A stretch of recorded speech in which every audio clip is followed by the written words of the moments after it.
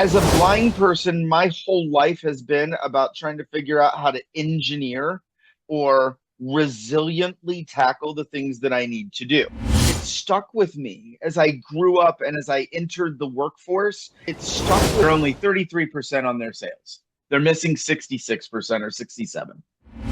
And that's the kind of transformation that you're talking about.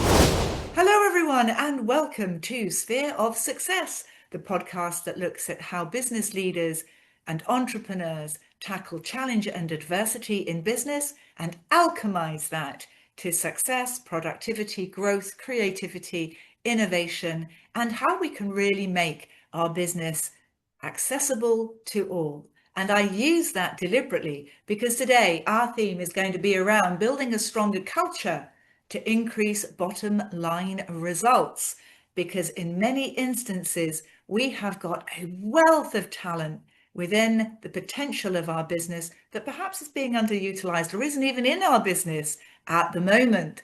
And I think the best person to speak about this is my amazing guest. He's called Jeremy Grandstaff. He's all the way from the States, and he is, as I'm going to read his bio, a senior learning and development and change management executive with 25 plus years of experience in stakeholder engagement, instructional design, and organizational transformation.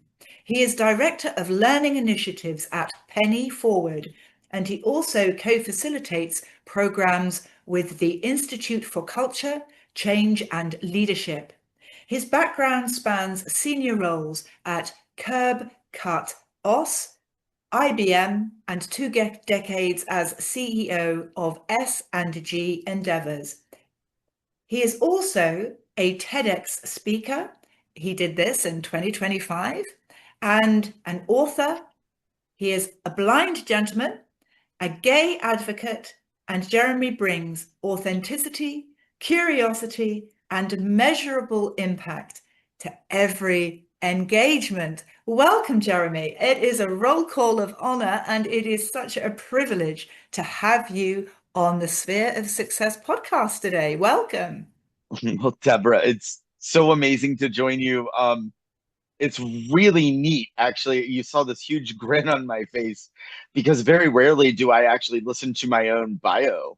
And as you were reading it, I thought, wow, I just totally put my whole culture out there, didn't I? So I love that's true to my authenticity, and just amazing to be with you on Sphere of Success today. Thanks so much for inviting me. It's so great to be Oh, with you. well, it is such a pleasure. And you know what? It's so good of you to come as a man who is blind, Mhm. and you have experienced at the sharp end what life is like within teams and organizations of really thoughtful people that perhaps don't actually, at this moment in time, access that incredible talent that people of all sorts of different abilities can actually bring to the workforce. So I'd love you to perhaps start us off with a little bit of a history as to how being a blind man in a commercial environment, how that's come about for you, and why you've gone into what you're doing to create the change that perhaps we can all benefit from. That's a really large and awesome question. So for me, there are two real key pivotal moments that I remember in my life. I think one of them was my dad and mom, and I lived on a horse farm in Midwest Ohio, which is in the Midwest United States. And my dad asked me to go do something in the barn. I actually think it may have been like cleaning out the horse stalls, right? And the crap in the horse stalls. And I looked at him and I said, well, I'm a blind person. I can't find the stuff to clean out. And his response to me, I think I was maybe 7, right? His response to me was, well, you're going to have that problem for your entire life. So come up with some solutions, and then I'll be happy to give you feedback. But you got to come to me with solutions. And I found so that's the first story, right? It really poised me, as my parents did, as a young child who was blind, that in order for me to have the life I want, I was going to have to study. I was going to have to do everything I could to move to a big city. We grew up in a very, very small town, so there were no transportation options. And so it was very quickly kind of taught to me that, as my parents, my dad used to jokingly say, if you're going to fail, it better be the biggest failure or biggest, most spectacular failure that you have ever had. Right. And obviously, he didn't want me to fail, but he wanted me to learn, put all of me into it. Now, I recently ran across this clip, which is my second story, and it is me at the age of 8 or 9, I think, in a school play. And my character and his four friends were on stage together. And I remember the four friends are fighting with each other. And then you hear my character say, "Come on, guys. If we all just pay attention to all of our different stories and what each of us brings to the table, we can figure out how to come together." And that's the irony, is that was a character in a play, but that's me. It was it stuck with me as I grew up and as I entered the workforce and started to learn more about organization development and change management, and what is that biggest piece of resistance that we face, which is lack of engagement from the people that we're trying to change. And so very early in my career, I fell in love with this concept of collaborative engagement and this idea that if we create culture that is human-centered design culture, that is empathetic, that is reflective of everybody that we are trying to serve, then we're able to really transition what we're doing. And by the way, that also has a trickle down impact on, revenue, bottom line impact, profit, efficiency, productivity, all of those things that relate to the dollars that a company is able to earn, or that an organization is able to raise if they're a nonprofit. Long answer, but that's what I'm going with. Well, I love this. You've touched upon a number of subjects at the age of 7, and they say, give me a child of 7 and I'll give you the man. It's the fact that at 7 years of age, your father wanted you to use your superpowers, because this is what I believe, that when we have something that we consider perhaps a disadvantage, a challenge, it can actually be the very thing that sets us to success in that sense. Mm. To use your superpowers to navigate your way and use the tools that were needed to do what you needed to do with the horses.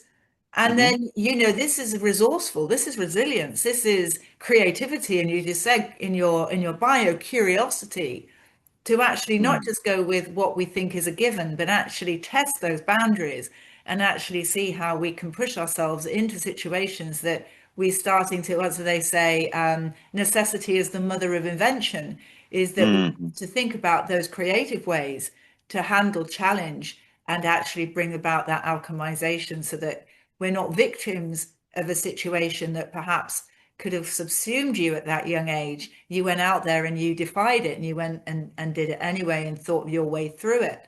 And I think you then, perspective wise, you've got a lot to offer.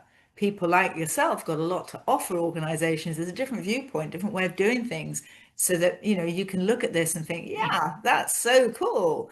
And then again, as you're growing up and you're seeing this from the perspective of your own self as a blind person, but we can substitute whatever that might be. It might be neurodivergent. It might be something of a difference of ability or a difference of mobility in that sense. It's like, how can we look at those viewpoints and bring them into our organization? And when you touched upon the fact, and I'll lead with this, you touched upon the fact that perhaps we're not doing so well with our sales, but we're thinking, why aren't we doing something with regards to conversions or getting the leads in, etc. If somebody's coming to you and saying, hey, we're short, we're short on getting the impact that we need to on the bottom line, a lot of people are frightened about mentioning the word culture because how do you measure something like culture? So I'd like Mm. you to come back and think, right, what does it mean to have a really strong culture and how does that impact the bottom line as far as sales and lead conversions? That's a really good question, and it comes down to and you'll see many different versions of this model. So I'm going to try to talk it through because I didn't bring the graphic, right? But there are four quadrants when we think about business. One is sales and business development, or if we're talking to, let's say, a nonprofit, it's revenue generation, or how do we bring in money, right? Mm-hmm. It's the entrance of money into the thing. Usually I put that in the top left-hand corner. In the bottom right hand corner of this quadrant, right? One, two, three, four. So in the yeah, I just screwed up the numbering. Anyway, so in the bottom right hand corner of the quadrant, we have operations. So this is going to be how do we get things done? What's our efficiency like? What's our productivity like? What's the policies and procedures that we have when our salespeople are making sales? How are the contracts completed? Right? These are all variabilities in sales. Okay. In the bottom left, you've got measurements. So this is how do we measure everything? Is it all working perfectly? What's our return on investment and things? What's our profit that we're making? What's our margin that we're going to make on that sale? Now you'll notice I haven't talked about the top right yet, right? The top right gets into the people.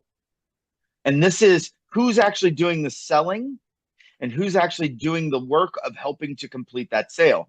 So this is where we have things like training, culture, teaming, collaboration, HR in general, right? What's our onboarding and outboarding process? When we bring new salespeople onto the team, are we training them or are we just throwing them in the field and hoping that they're doing the right things? So when it comes to measuring things, what I do is I use those four areas of the business to talk through measurements. So, yep, we may have a thing where our sales team is not performing. Tell me more about how they're trained. How do we build a unified sales force? How do salespeople help each other? All of those things are culture. And if you're losing sales, that's the measurement.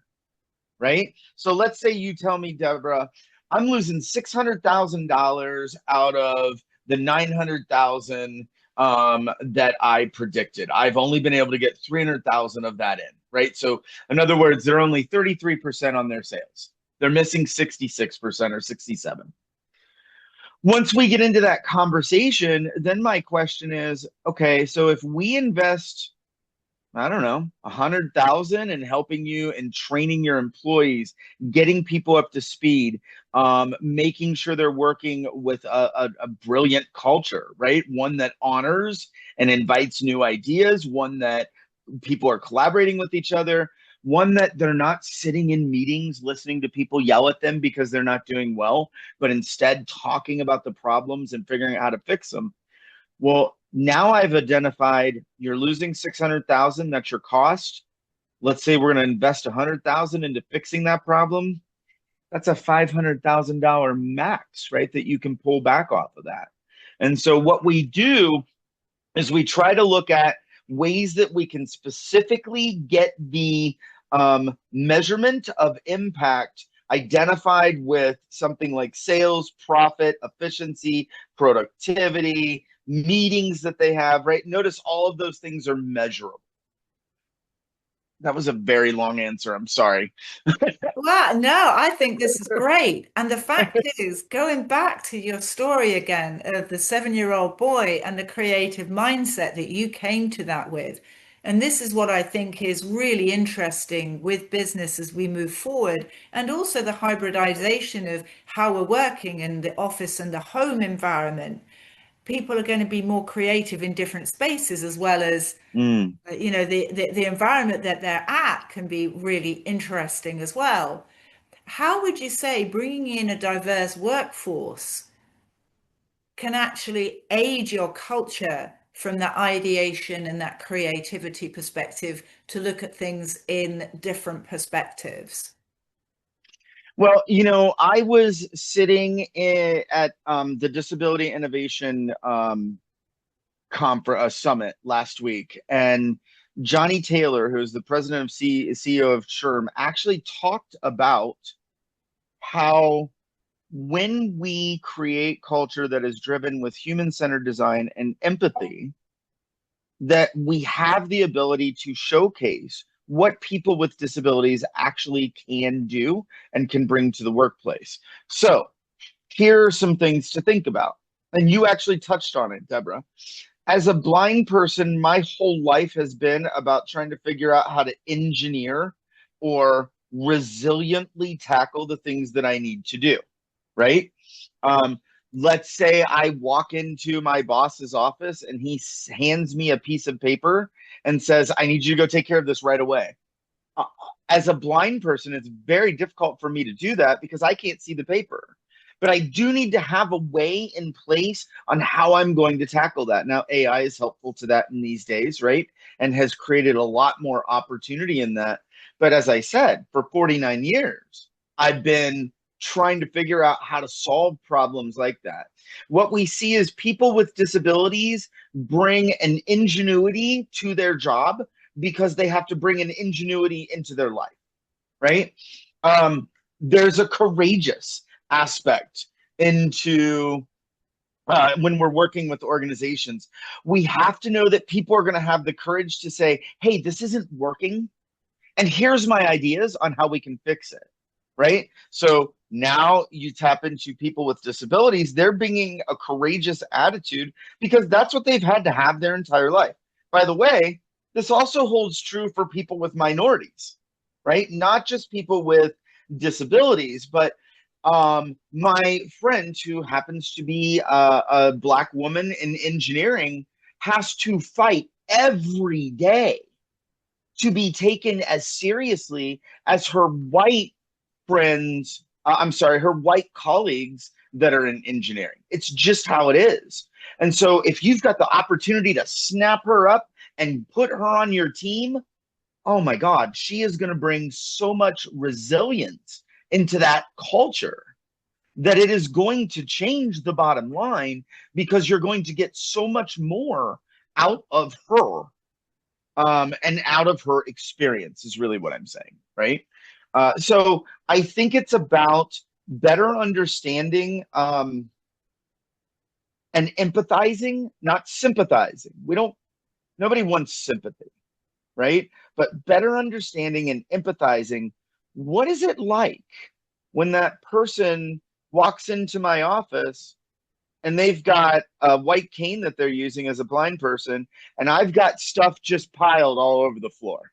I wonder what that's like for them. That's the kind of conversations that can really transform culture and can remove those barriers that we have. That type of thinking of, I wonder what it's like to be the employee who has to take orders all day long at McDonald's. What does that feel like? If I'm a manager at McDonald's and I can better understand that and better empathize with that, then I'm going to step into designing a better system. And when I design better systems, we have an increased bottom line. And how would you, I always think what we have inside reflects outside. So let's reverse engineer this for a moment. Okay. The concept of thinking, right, okay, we want to increase our sales, we want to grow new markets. Mm-hmm. And who do we want to grow that to? And how can then I call people different ability rather than disability, because I Right. think that different ability is a positive as opposed to negative.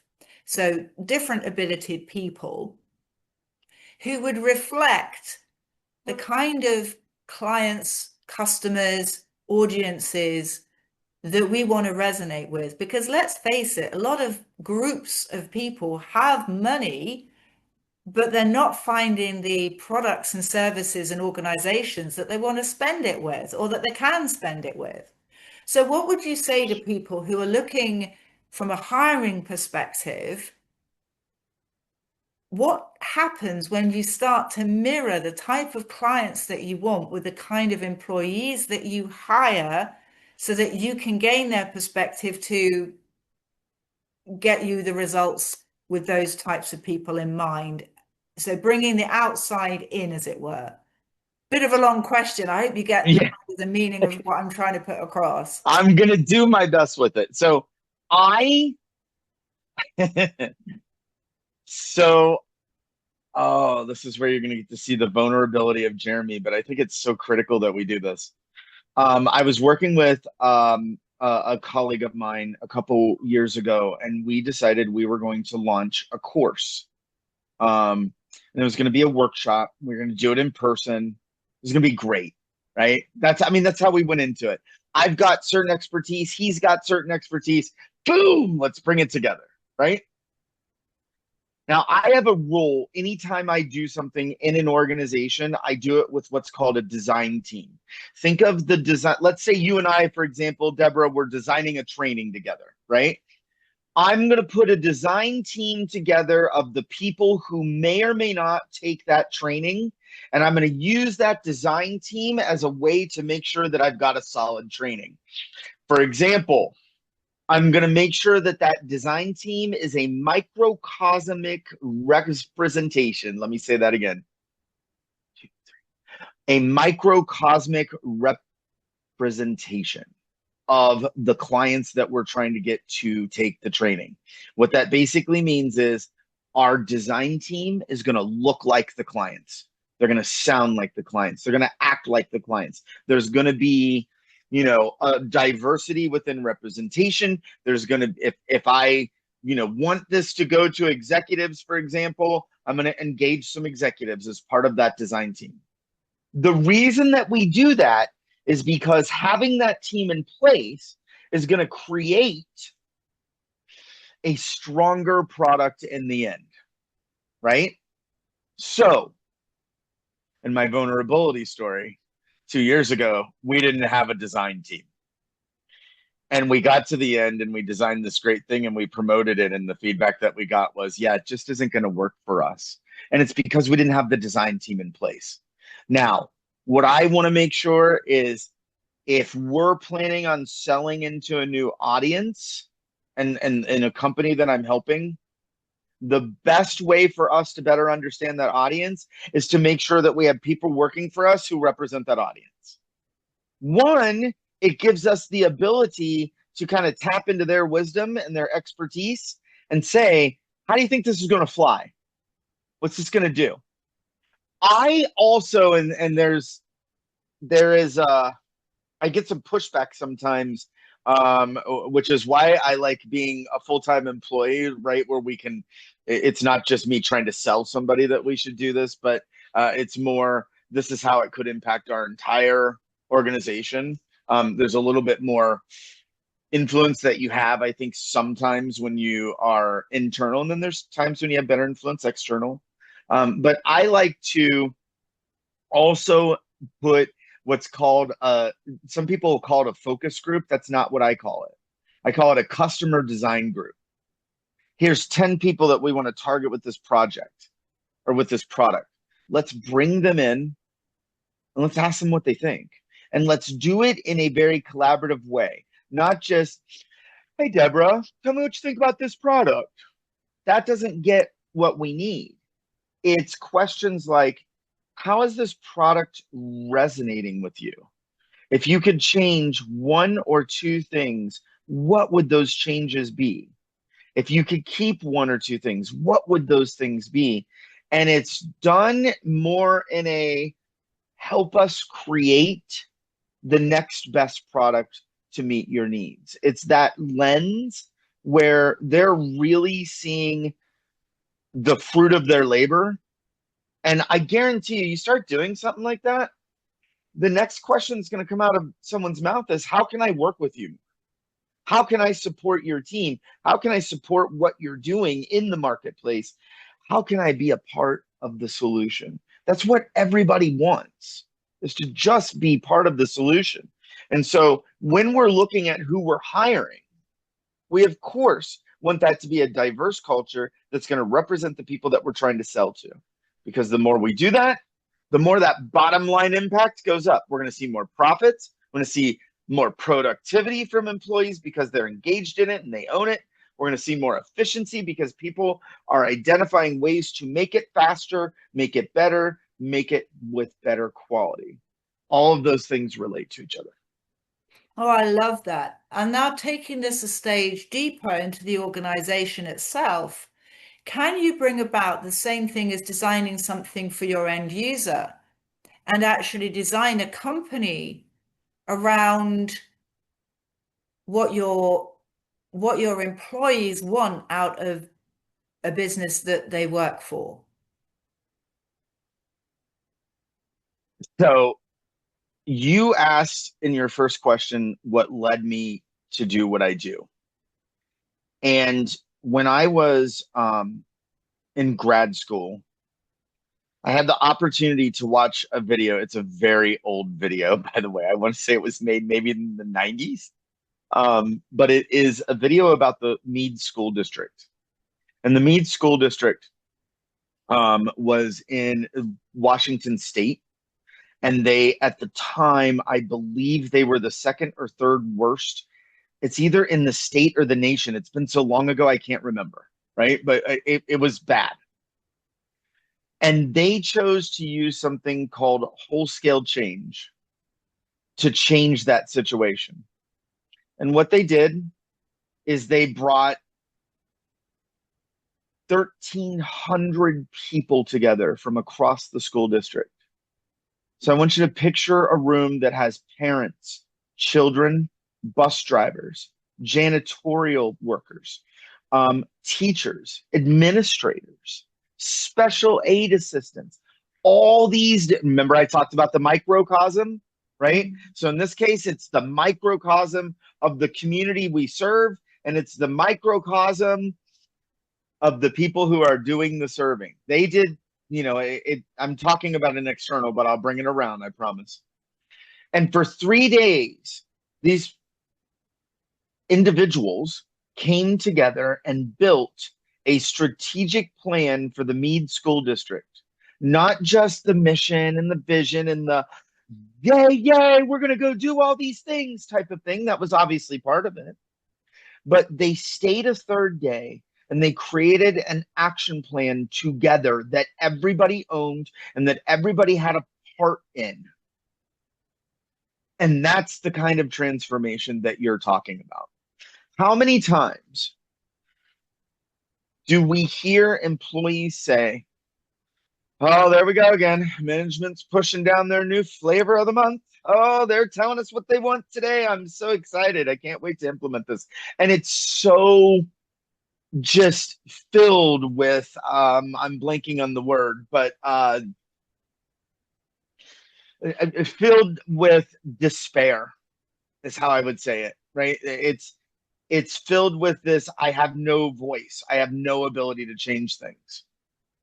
You want to create the most rapid change. You want to take your sales team and completely change their trajectory and what they're doing in the sales meetings that they have. You don't yell at them for an hour. You don't give them e-learning to do where they just sit and watch videos. Obviously, those things are necessary and there are times when we use them. But you bring them together and you put them in a room together and you say, what's working? What's not working? What can we do better? How can we support you? How can you support each other? What can we do to achieve XYZ goals? Is that even realistic?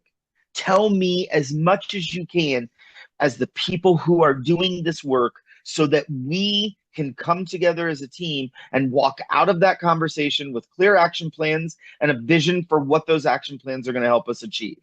When we do that together, the time that it takes to implement those things has just been sliced and is much less. There's less resistance because people are engaged in creating that. There is more trust within the team that if I'm giving you feedback, Deborah, it's because those overall goals are what we're trying to achieve. And so you're going to trust that I'm giving you that feedback for the right reason. And most importantly, because we have that trust, because we have that buy-in, when there is healthy conflicts that we need to address as a group, we can do it quickly, with respect, integrity, and action. And that's how you do it. You bring everybody into that conversation. You make sure that you're designing the next thing with the people who are going to implement the next thing, right? And that's where that internal change really comes from. I And hope I answered your oh, question. you did. I mean, it's just superb. And I'm sure people are going to go, yeah, but how do I do that in my organization? It sounds great, doesn't it? But what would you say, what are your steps towards that? Because I'm sure there's a process that's involved that people will be thinking, yeah, that's kind of like eating the elephant all at once. How do I do that bit by bit, perhaps? That's a great question. You're taking me back to my consulting days. So okay, there are it's been so long, Deborah, since I've done this. We'll see if I do it right. There are 5 components that you've got to have in every type of change or learning or culture shift that you're trying to create. Just so we get all 5 together, it's system, purpose, journey, values, and then it's theoretical support, and I'll explain more what I mean by that. So first, you have to recognize that you are trying to change a system, right? And so usually what I'll do is I'll start with a group of people, and it may not be the right group of people, but I'll start with a group first. I'll try to make it as representative as I can, right? But right now I'm starting, for lack of a better phrase, blindly in this journey, right? So I will start by identifying who are all the people that are part of our system, right?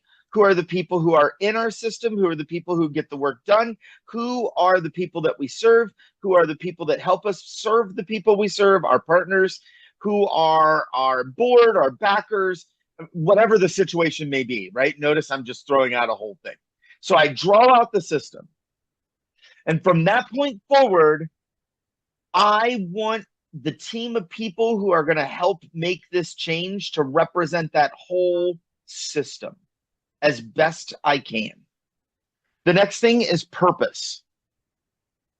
And the concept with purpose is that you have to identify what is the end result. What do we want to achieve, right? Kathleen Dannemiller, who, remember I talked about whole scale change, she's the one who invented it. I'm not saying, by the way, that she learned it. She invented whole scale change, okay? I had the opportunity to study under her for a practicum. And she used to say, if you have not defined where there is, how are you going to know that you've ever arrived? That's the purpose, right? What is the overall difference we're going to make for XYZ, i.e. the system, in order to know that we have actually achieved what we want? What's that overall difference? Now, Kathy used to also take it a step further and say, and if you haven't identified how you're going to get to that purpose, then how are you ever going to get there? Well, that's the journey. Now I'm on step 3. So you've got to sit down with that team and you say, okay, do I have the purpose right? Are we on the right track? Sometimes I'll actually let that design team create the purpose. What do we want to achieve with this change? I might come in with some ideas, but I let them create it. Then we create the journey. What's the journey of that change going to look like? Think of this as like a stair steps, right? And I like the stair steps model because it shows forward and upward progress. And so what's going to be on step 1, step 2, step 3? How are we going to make sure that what we're doing achieves the purpose and engages the system? Do you see how I'm bringing it all in together? Mm-hmm. Okay. Now, the 4th and 5th step, they kind of work hand in hand. So I'll take them. It doesn't actually matter what order you take them in. I'll talk about values first. If I am working for, let's say, a CEO who says, it's my way or the highway, get out, then this collaborative engagement model that I'm talking about, probably not going to work so well, right? Unless I can sit down with that CEO and I can say, what are you really trying to achieve? What if I found a better way for you to achieve that that didn't require you telling people it's my way or the highway, get out, right? So it's a longer conversation. The values have to match in this particular piece. If we're being collaborative and the CEO says, oh, I want to be collaborative, and then in the same breath says, but I really don't care what other people think, that's never going to work. And you're setting up a system of failure. And so you need to, identify those values. Are they congruent? If they're not changeable, then how do you change your journey to accommodate for those values, right? The fifth one we call theoretical frameworks. This is like best practices, things like that. You've heard me talk about whole scale change. That's actually a model, right? Appreciative inquiry is a model. Open space design is a model. Human-centered design is a design model, right? Everything that I do has a theory that will back it up, something that I know works, a model that'll make it successful. In my TED talk, I talk about the See Big, SEE, big model. That model has theories and frameworks that back it up. And that's why I know it's going to work. When I do consulting with my clients or internally to organizations that I work for, I use something called engaged change. It basically takes all 5 of those steps that I just talked about and puts them into a model that I can easily use to create change within an organization. But the key is it's supported by models that I know work.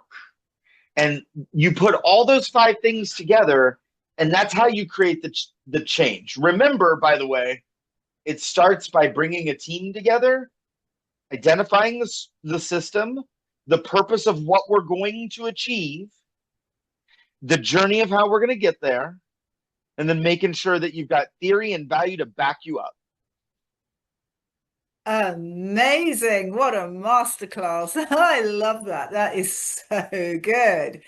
And I think that that demonstrates the depth of your knowledge and your acumen within this particular field, and why you're invited to speak on stages, why you're a published author in what you do, and why you're absolutely rocking it as far as helping with this cultural performance that organizations are often thinking, you know what, yeah, culture, schmulture, it's all nicey, but what are we going to get at the end of it? And I think you've absolutely nailed it, that when you've got a strong culture, it does measurable impact on the bottom line. You've got to measure it. You've got to put the things in place to measure it. But with these frameworks that you put in within this 5-step process, within this model that you've created, there's a way of then making scalable change, transformational change for businesses, I would say relatively rapidly, but sustainably moving forward, so that they can actually see this on an exponential curve going upwards over time, thinking, wow, we've come a long way. Sales, lead generation, impact to the bottom line, getting new customers in, future-proofing the business. This all seems to me, in the way in which you're talking about culture, that actually is an amazing way of making sure right from now that your business is going to last the test of time, or at least, to the next decade, as we move forward with all the advancements of technology and different abilities within people to bring that into the mix as well. I think it's so exciting. I'm so enthused from what you've just gone through. Thank you. I'm so glad. Yeah, it's so inspiring listening to you, and as someone who knows from the sharp end what it's like to be having those different abilities, those superpowers to bring to an organization. From a first-hand perspective, I think it's fantastic that you've got this now that you can, really help businesses. With that, Well, I is there appreciate that, by anything? the way. Oh, my pleasure, my pleasure. Um, is there anything that you think, as we're coming up to the end of the program, that you'd like to add, that you've got this burning thing you're thinking, oh no, I've not mentioned this and I really need to? That's a great question. Actually, I think what I'm going to do is ducktail a little bit on what you just said and kind of put some more painting around it. You're absolutely right. It's rapid pace change. That's what we're talking about, right? Um, when I had this amazing honor honor, I think is the right word, or humble um, ability to grow by learning, right? My whole life has been, I want to know more. I want to learn more, right? I want to learn as much as I can. I want to learn about human-centered design. I want to learn about what happens when we take people who have been told that they are not wise so many days of their life and actually put them in a room and say, I want your wisdom. Please engage. Each of you has wisdom. When you're not engaged, we don't get to benefit from your wisdom. That's a very empowering um, thing for somebody to hear. It gets buy-in. It creates engagement and ownership of what we're doing. I love when a CEO says to me at the end of me running a workshop for them or helping them do change in some way, culture change, and they say to me, my God, I thought I was going to have to sell this to everybody, and everybody loves it. And it's because everybody was already there. They don't need to be sold. They created it. They own it. If anything, they're selling it to everybody else. There's nothing more powerful than when somebody sells what I'm doing because they helped create what I'm doing, right? And so I'm always looking for like organizations who are thinking about what's next for us. How are we empowering our leaders? How are we changing our system to better achieve our goals? How are we creating a culture where people thrive, where they empathize with each other, where they design things together, and where they believe in collaboration that is going to eliminate barriers, drive the resistance out of the room, and actually create that measurable action. You talked about measurability. All those action plans that I talked about that people create together, the right-hand side of the action plan has a column that says, how are we going to measure success? We identify measurements before we even start implementing. That's amazing, right? Because now it's just going through the action plan. Is the action plan perfect? Nope, it's going to get updated. But we know that because it's much easier to change something that everybody has agreed to and evolve it to what it needs to be when people are starting to see it play out. And so um, that that's what inspires me. It's this it's this concept that uh, Margaret Mead said nobody makes a difference, that a small difference can be made by a small group of people. And I'm paraphrasing that, by the way. That's not exactly how she said it, but it is absolutely true. And the funny part is when you bring in, and not the funny part, the irony is that when you bring in more people and they start to create and collaborate with each other, that ownership goes up, the engagement goes up, the measurability goes up, and the bottom line goes up as well.